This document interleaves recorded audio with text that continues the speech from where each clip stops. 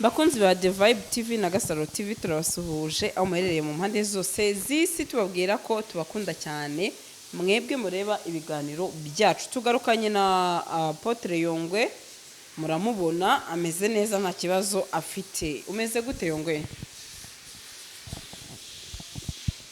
ibimenyetso bifatika nawe amaso yawe araguha arama ari kuma ko uri kureba nk'umuntu unaniwe oya ameze neza naniwe n'ubwitonzi umuntu ari mu mwuka yumva yaguruka iyo umuntu ari mu mwuka yumva ari umugeni ijuru ryahumuye we tuzajya mu mwuka rimwe tuguruke mu kanya gato tube twaryicayemo ijuru ryahimuye we ijuru ryahumuye pe ijuru ryahumuye we sibyo tuzajyanwa mu mwuka rimwe ubundi tuguruke mu kanya gato ntako guhumbya viyuzi muzisige uyu mujyi muwusige tujye kubana n'umwami w'Imana akaramata erega si views gusa n'ibindi abantu bakora byose icyo gihe bazaba babisize icyo gihe tuzajya kuba ahantu hataba amatiku hataba inzangano hataba ibibazo aho tuzabana n'umwami Imana akaramata taba amashyari taba akagambane ataba wow. ibintu bizaba ari amahoro Yongwe ndifuza ko tuganira kuri iki kintu uvuze uhereye kuri iyo ngingo ati tuzajya mu mwuka rimwe mita nibaza ese ubundi wa mugani rimwe na rimwe tuba turi muri ubu buzima tukaba dushaka amafaranga dushaka ubutunzi ariko wa mugani wawe hakaba ari ikintu rimwe twibagirwa nta kibazo biri kugusakuriza ariko ntacyo uri kubyumvamo tukirengagiza ko umunsi rimwe wa mugani dushobora kubyuka tugasanga tutakiri mu mwuka w'abazima aricyo kintu ushaka ko tuganiraho ku munsi w'ejo nabonye umubyeyi ngira ngo nawe waramubonye witahiye ariko mpita ntekereza ese ubu umuntu abantu dusigaye dufite ni ubuhe dusigaye tumeze gute ku buryo umuntu asigaye ataha nturebe ngo yatashye hari abababaye hari abana hari umuryango hari abavandimwe n'inshuti ushobora kuba wakomeretsa aho hari amagambo yagiye yandikwa mabi cyane ndetse navuga ngo ateye agahinda kuba wamupositinze ubona abantu bari kwandika ibintu wagira ngo ni ibintu byo gukina cyangwa se bishimishije warabibonye Bibiliya ivuga ko abantu babi bazarushaho kuba babi hanyuma n'abeza bazarushaho kuba beza yego nyumvisha yuko rero umuntu ukina imikino nk'iyo ntabwo ari byiza ega buriya abantu bashobora kutagushyira mu rubanza ngo usubiremo ibyo wavuze ariko umugayo ukakubaho yego umugayo ukakubaho twabwira abantu ntibakishimire ko umugayo ubabaho ahubwo n'icyo umuntu yakora kugira ngo umugayo ntumubeho yego aho niho hari ikibazo ibyo bintu umuntu ateguye umuntu arapfuye aratashye havuzwe ibintu byinshi bitandukanye ya komanteri kandi cyiza cya WhatsApp cyangwa ibi bintu twandika burya hariho n'igihe ubyandika umuntu akabona uwabyanditse uwo ari we wabyanditse kuri telefone yawe ariko ndarebera ku yanjye menya uwabyanditse uwo ari we niyumvisha yuko rero abantu bararengereye ntabwo twavuga ngo cyane nubwo hatagira urwego rubibabaza ariko n'umutima wabo bararengereye kuri uriya mubyeyi bararengereye ku buryo biteye agahinda komanteri uzisomye z'ibyo abantu banditse babonye uriya mu mama atashye zirimo agahinda n'umubabaro siza abantu n'iz'inyamaswa hari uwitwa N Claudette ati abantu bazaterura isanduku ngo nibakore tize ngo kabisa ngo gusa Imana igutuza heza mubyeyi umuntu umwe niwe wamubwiye ati ese niba uno mubyeyi yabonaga igitanda araraho n'intebe kuki wumva yuko akandika ayo magambo ko atazabona uburyo cyashyingurwa amati mugemeka no gutoneka imiryango Ega, y'abantu basigaye. umubyibuho wanjye ukwiriye kunezeza. Yego. Numva ndi fiyeri y'umubyibuho wanjye. Ubugufi bwawe ukumva uri fiyeri y'ubugufi bwawe. Ubunini bwawe cyangwa ubuto bwawe ukumva uri fiyeri yabo. Ese yaba Imana ari ninira? Uzi uko Bibiliya ivuga ngo isi ni intebe y'ibirenge byanjye, niba ikirenge cy'Imana kingana n'isi, urumva Imana ingana ite? Niyumvisha yuko kwinjira mu buzima bw'umuntu kugeza ubwo winjira ahantu nk'aho ni ukurengera. Urumva yatangiye avuga neza ariko ageze imbere ngo abantu nibakore tize. Ega YouTube inana abantu bicara bahaze. Umuntu yicara hariya agahaga akajya ku rubuga akandika. Umuntu yicara hariya yabuze icyo akora akandika. Abashogozanya. YouTube ni ahantu umuntu wese bashobora kurebera ibimurimo n'uko ari na kamera ziwe. Ngira ngo uko byagenda kose wari wamupostinze kuri TikTok, we yamwifurizaga ko yaruhukira mu mahoro, ahubwo kugira ngo abantu bati ni ukuri n'umubyeyi atahe aherekezwe neza. Ubona wa mugani aho hari n'uwanditse ati ngo ubusenga bazabona isanduku ngo genda warupfutsindiye inyama. Ukibaza yaba umuntu muto upfuye yaba umunini, none se bivuga ko twese imibiri yacu itajya hamwe ku buryo uvuga ngo umuntu ngo urupfu rutsinda inyama abandi batsi. Umuntu ushobora gufata telefone ye akandika ibintu nk'ibyo. Ega abantu bapfa mu buryo bubiri. Hari umuntu apfa mu buryo bw'umubiri, undi akapfa mu buryo bw'umwuka. Hari rero umuntu ashobora kuba yapfuye yashizemo umwuka, undi nawe ariko yarapfuye mu buryo bw'ibitekerezo n'imyumvire. Uwo nawe rero nawe uza kumushyira, uraza kumusiga ko yanditse se? Urumva nawe afite ikibazo. Ntabwo yakagombye kwandika gutyo. Uko ni ukurengera gukomeye. Yego. Hanyuma turibaza rero nubwo yaba ari mutoya menuwo yabati warupfuye ntacyo uriye ubusa. Yego. Oya yabati warupfuye ntacyo uriye n'ubundi uriye ubusa. Ni uruzingo. Hanyuma yo kuvuga ngo warupfuye utsindiye inyama, ntabwo ari imvugo y'umunyarwanda uzi Ikinyarwanda. Nta nubwo ari imvugo nyine wakoresha ku muntu wabuzuwe. Hanyuma Yongwe, aho nabonye ari abandi bibaza atari ko se ubundi haje ama TikTok, haza ama YouTube, haza n'ibindi bitandukanye, ati ubundi ubumuntu bwo bwaje kujya hehe? Ati kera umunyarwanda yarapfushaga ukaba utanamuzi ariko wakumva ko ari umuntu wagize ibyago, kumva bigukoze ku mutima, birakubabaje, biraguhungabanyije. Ati mu gihe muri iyi minsi umuntu ashobora gupfa ukabona ko noneho hari n'abandi badatinya kugaragaza ibyumviro byabo cyangwa se ko ibyo bintu ntacyo bibabwiye, aho bamwe bibazaga bati ariko ubundi ubu muntu bwagiye hehe kugeza kuri uyu munsi? Byashoboka ko abantu banyuze mu bihe bitandukanye. Ntabwo mpamya ko ari ibihe bitandukanye cyangwa ngo mpamye ko ari amaraso yamenetse muri iki gihugu kuko igihugu twaragisengeye. Ahubwo ni ya minsi mibi Paulo yabwiye Timoteyo, kwaza bari ibihe abantu baza bari ibyigenge, ari indashima, bafite ubugome, bafite ishyari, bafite amagambo mabi, bafite ibitekerezo bibi, bafitanye ishari.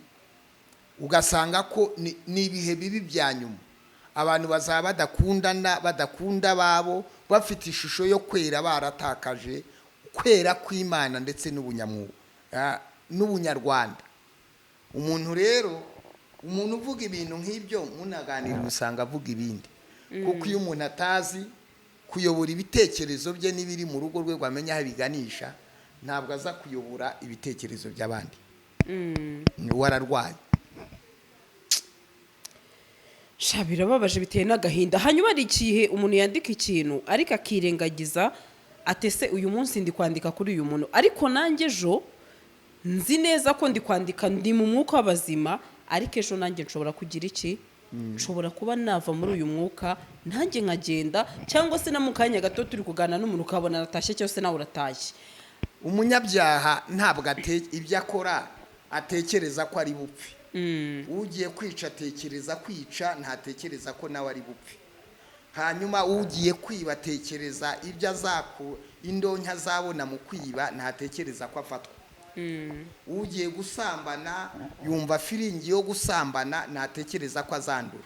ni nayo mpamvu rero uri kuvuga amagambo nk'ayo ntabwo yavuga atekereza yo bazamuvuga, ahubwo aravuga gusa ibitekerezo. kuko utekereza wakwibaza ko uwo mugore afite umugabo cyangwa afite abana cyangwa afite famiye, wanakwibaza ko telefone yawe umuntu yayishaka muri iyo mesaje wohereje akazaguhamagara akubwira ati wa mugome we cyangwa wa muntu we mu butagira ubwenge.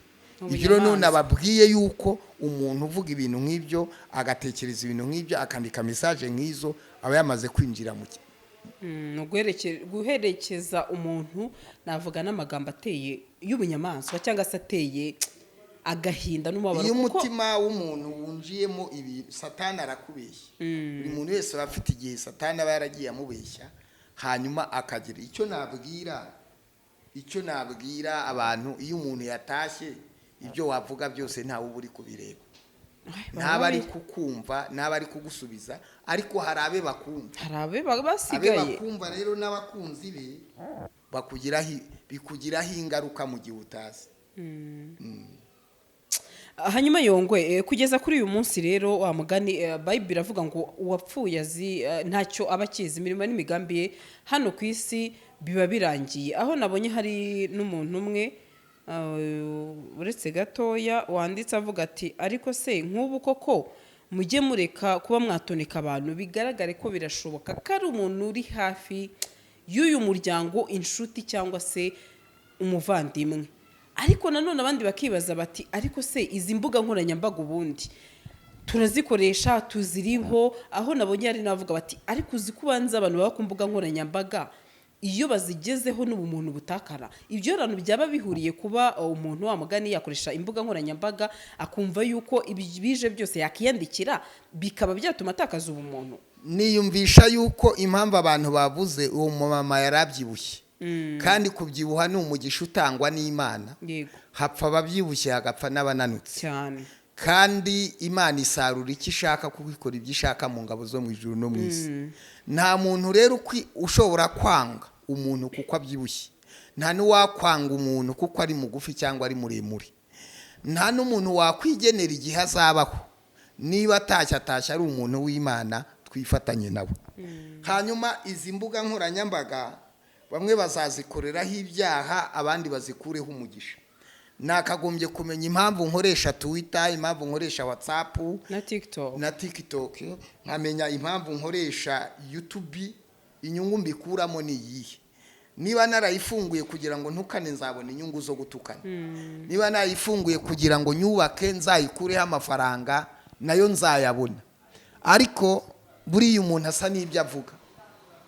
ugenzuye umuntu uvuga ibintu nk'ibyo mukaganira mwicaranye, wasanga avuga n'ibindi, cyangwa wasanga afite ikibazo mu myumvire no mu mitekerereze ye. nkibaza yuko rero atari byiza umuntu arapfa abantu bakandika amagambo nk'ayo bagakora komanteri. biragoye, tuzumva n'ibiruta ibyo. ariko mu bihe bizaza nabonye igihugu cyacu gifata ingamba. umuntu azajya yandika ibintu bibi bahite bagushinja icyaha cyo gushinyagura. burasa urambwira ko nk'uwo muntu wanditse ibyo, umuryango w'uyu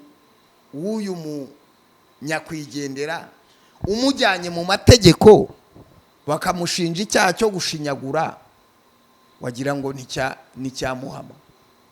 ibintu tuba dukora byinshi bitandukanye byica amategeko. hanyuma bikica amategeko rimwe na rimwe tutabizi, cyangwa tubizi twumva ko ari ibyoroshye. ariko iyo bageze imbere y'amategeko akubwira ati wabivugiye iki, washaka kuvuga iki, usanga itegeko riremera kuruta ibuye. ariko nanone wenda twica amategeko nibyo, kuko ntabwo turi abamarayika. ariko nanone Yongwe, njyewe ni gake cyane umuntu ashobora gutaha agakurikizwa amagambo mabi nk'aya ngaya y'ubunyamaswa. tukibaza ubundi wa mugani uwugiye kaba yagiye, niyo yaba umuntu mwari mufite ikibazo cyangwa se ugifitanye n'urugero nanze nabi.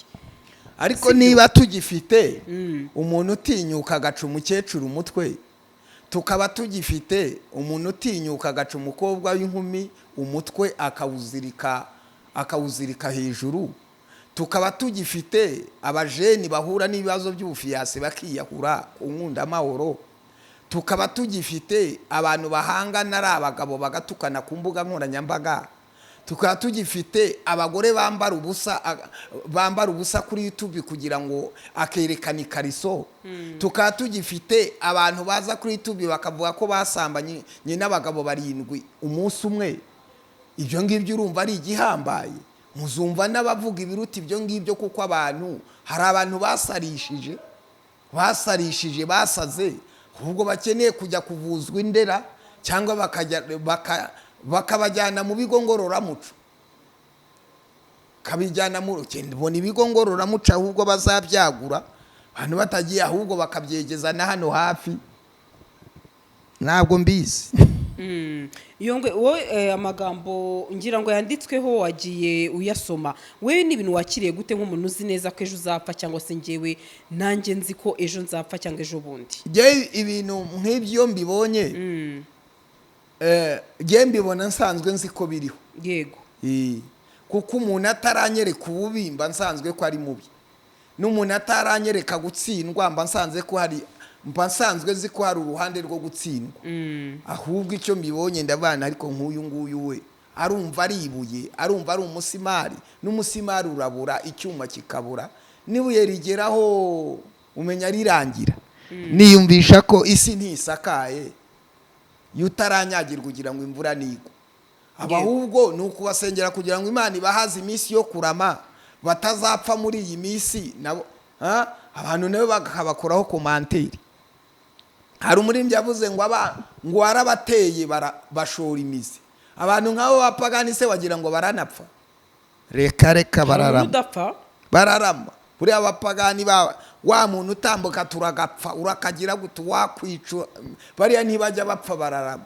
Hapfa imfura, hapfa abakiranutsi, hapfa imfura, hapfa intwari, hapfa abantu b'umumaro. Abapagani bananiranye baramiteka, bararama ntibapfe bakageza mu zabukuru. Ngiye ntago ari uko nabyemera. Nizera ko umuntu wese ahava akagera, yaba ari mutoya, yaba ari mukuru, yaba ari umusaza, turabizi neza ko urupfu turugendana. None se ubu ngubu abantu bose bagenda baba ari abantu navuga bakoze ibyiza gusa. Nakubwiraga ngo wa muntu bavuma buri munsi. Yego. Umva ate bose bifuriza urupfu ntapfa. Ariko wa wundi ukunzwe na bose, Imana ikunda gutwara ibyiza, ntikunda gutwara ibibi. Yego. Kuki umupagani arama? Biba bigira ngo Imana imwongerera iminsi yo kuyimenya no kuyubaha no kuyigarukira. Yego. Yongwe rero turi hano, navuga ntago ari ukugira ngo wenda tube twagira icyo tuvuga ku muryango banyakwigendera, cyangwa se icyo twavuga ni ukuhumuriza, nukomere nyine, wihangane, isi ni kwimera, nta kindi twavuga ko ndumva ngiye byandenze cyo kora. Niyumvisha ko gukora komanteri zisebya zivuga umuntu wapfuye, kwandika amagambo nkawe ukinjira muri byinshi gusesereza, ntabwo ari byiza. Kuko rero atari byiza, ni nayo mpamvu bimbajije. Ariko ntabwo bigize umuco, ntabwo bigize indangagaciro. Ariko umuryango we, iyo umuryango wabuze umuntu uba ufite umubabaro, ufite ibikomere. Ibya komanteri, watanga komanteri nziza ntizamugarura, nubwo gutanga imbi bikomeretsa kurushaho. Ahubwo umuryango ukomeze kwiyubaka, ukomeze kwiyakira, uriya nawe arahukira hera cyane. Abanyarwanda bafite imbaraga, baratabarana, afite umuryango, afite famiye. Kandi ubwiza bwe n'ingano ye ntawe byaremereraga, ahubwo byari ikamba by'umuryango we. Byari ikamba mu mujyi wa Kigali, yatambuye ati dore umumama mwiza ubyibushye usa neza. Byari ikamba ku babyeyi. Ntabwo rero byaba indirimbo muri social media. Yego. Yongwe gira icyo ubwira abantu, ijambo ryomora umutima, nta poso, ubundi dutahe kandi umuryango wa Salama ukomeze ukomere wihangana. Abatesalonike ibice 5 umurongo wa 20 kuko umwami Imana azamanuka ahagarari ku bicu avuga ijwi nk'irya marayika abapfuye bizeye bazuke. Amen. Natwe abazaba bariho tuzazamuka tujye gusanganira umwami wacu akaramata. Hazazamuka abantu batandika komanteri nk'izo, hazazamuka abantu bakijijwe, hazazamuka bihangananye na Yesu, abo bazabana n'umwami wa Mana akaramata. Amen. Hepfo abango mubwirane ngo mubwirane ayo magambo, mukomezanye mukoresheje ayo magambo abibyiringiro byanyu. Umuryango w'uwo mu mama uzamubona nutagwisari, abana bazamubona, umugabo uzamubona, abizera Kristo bazamubona twese. Kandi Imana igiye gusarura, nigeze kubivugaho mu kanya, itwara ibyiza ntitwara ibibi. Rimwe na rimwe wa muntu ukunzwe cyane, umunyamahoro, usenga neza, hari igihe mubyuka mu gitondo isi mukunda, Imana ikamukura mu rungano rwe kugira ngo imutware. Uyu munsi ntari gusoma komanteri, uyu munsi nta bibazo afite, aho Imana yateguye mu ijuru. Ntuzibuka ko ufite iby'imfubyi, ntuzibuka ko usize kampani, ntuzibuka ko usize umugabo mwakundanaga, ni mu ijuru nyine. Icyo mbikundira nta wahagiye ngo agaruke yumve ibyo bamuvuze, nta n'uwahagiye ngo agaruke aze gushwana n'abantu. Yiruhukiye mu gituza cya Aburahamu, iruhukire mubyeyi, iruhukire mubyeyi. Nanjye nsigaye mu ntambara, n'umuryango wawe usigaye mu ntambara. Icyama natwe tukazataha uko abakiranutsi bataha. Mubwirane ayo magambo mukomezanye. Imana ishyigikire uwo muryango, iyobore, ikomeze kuyobora famiye yiwe, imufashirize n'abiwe bose. Abo nabo bakora komanteri nk'izo ngizo, tubifurije kurama no kuzamenya Kristo Yesu, bakajya bishimana n'abishimye, bakabana n'abababaye. Imana ibahe umugisha, ibaha agakiza mu izina rya Yesu. Amen. Amen. Gasaro TV.